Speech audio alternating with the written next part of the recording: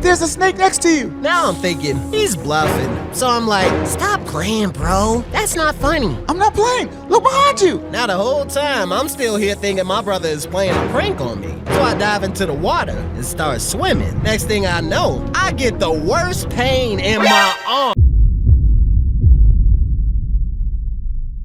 You know what's crazy? When's the last time you seen kids play outside? Seems like to me all kids want to do nowadays is stay inside all day and play their video games and be on social media. See, unlike today's kids, I grew up loving the outside. See, I'm a millennial, and from the time I woke up until the sun went down, I was outside. As a matter of fact, we played outside so long that our parents would have to force us to come back in. But here's the thing, playing outside had rules. Rule number 1, don't leave the neighborhood. Anywhere my parents couldn't see or call you was a no zone. Rule number 2, don't talk to strangers. If you don't know the person, run away. Rule number 3, your butt better be home before the street lights come on. Trust me, the worst thing you can do is come home after dusk. You would get whooped. Now, as a kid, I didn't mind being outside all day because staying inside got you in trouble. You'll have to do more chores, you have to clean the house, you have to cut the lawn, have to help with the cooking. And what kid wants to do that? So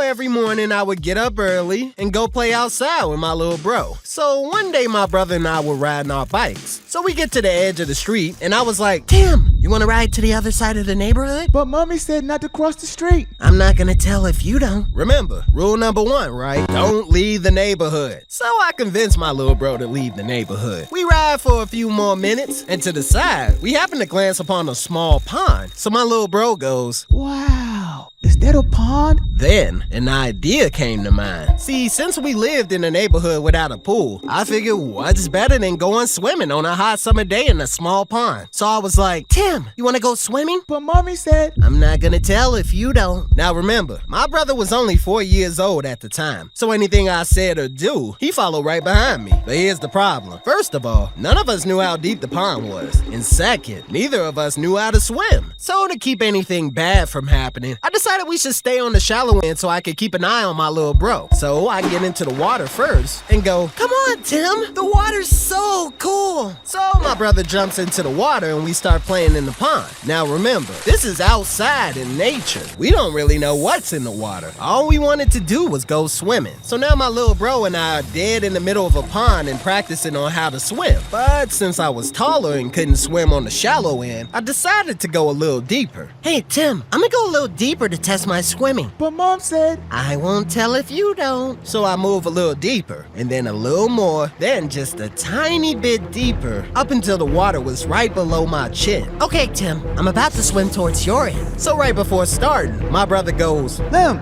there's a snake next to you. now I'm thinking, he's bluffing. So I'm like, stop playing, bro. That's not funny. I'm not playing. Look behind you. Now the whole time, I'm still here thinking my brother is playing a prank on me. So I dive into the water and start swimming. Next thing I know, I get the worst pain in my arm. Ah, that hurts. So I look to the side, and there's a snake biting my hand. Oh God, it's a snake. So now my brother starts screaming. Help, help, help. My brother's dying. Now my brain goes into fight or flight mode. I swing my arm, the snake flies off, and I start rushing towards the shallow end. Then my brother goes, Lem, there's another snake behind you. now I'm shook. It suddenly hit me. This pond is full of snakes. So now I'm like, Tim, get out of the water now! Now both my brother and I are trying to run towards the edge of the pond as fast as we can, but we can't swim. So we finally get to the side, get off the water. I look to my arm, and there's a huge snake bite. Now I'm really scared. I didn't know what to do. If I tell my mom, she's gonna kill me. If I don't tell her, the snake's bite might kill me. Now I'm sitting there pondering, knowing I have minutes to live because at any time I might be meeting Jesus. Now, if you ever find yourself in a situation where there's a snake bite, here's what to do. First, lay or sit down with the bite in a neutral position of comfort. Second, wash the bite with soap and water. Third, cover the bite with a clean, dry dressing. Fourth, remove any tight-fitting clothing in case of swelling. And most importantly, remember, you should always keep the affected area below heart level if possible to keep the venom from spreading. Do not at any time wait for the symptoms to appear before acting. So I go, Tim,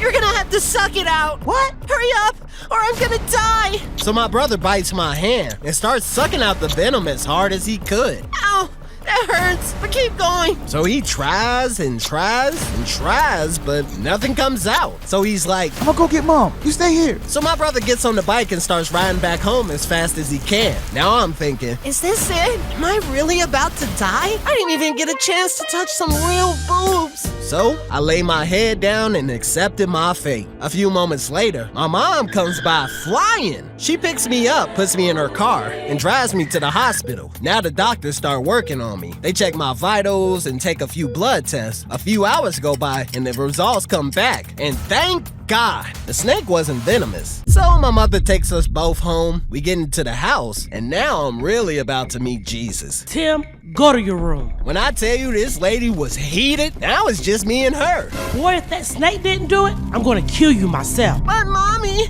I'm sorry. The only thing that held her back in the hospital was the fact that I was dying. But now, it was time for the beats. This lady goes outside and comes back with the biggest switch I had ever seen. And on God, persists to beat the brakes off of me. Get over here, stupid. You know not to leave the neighborhood and you still disobey my order. Ow! Ow! Ow! It was Tim's fault! Tim, and then you put your brother's life in danger? Ow! Ow!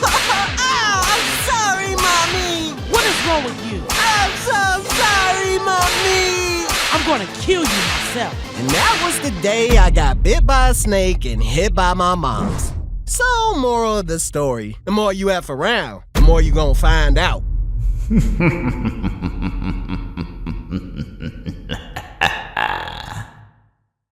All right, today we're going to talk about how we can find out and how much we can find out and what it takes to get there. So first we have to decide how much do we want to find out.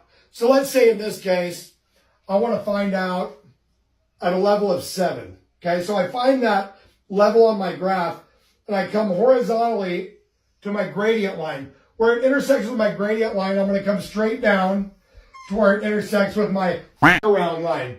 That there is going to tell me how much I have to f around to find out what I need to find out. See, as you can see, the more you f around, the more you're going to find out. And also, if you stay down here and you never f around, you'll never find out. So I hope this lesson is helpful. Thank you. He gets back, shoot deep. The score's now 6-4. I'm down. And shook. This idea starting to look real stupid, my guy. All it's gotta do is score one more point, and it's over. How the hell am I supposed to explain that I bought the boy his first vape? Come on, Tim. You got this. Deep. I hope you got my vape money, old man. Now I'm focused. So he pulls up for the 3. I go for the block. Ball goes up, and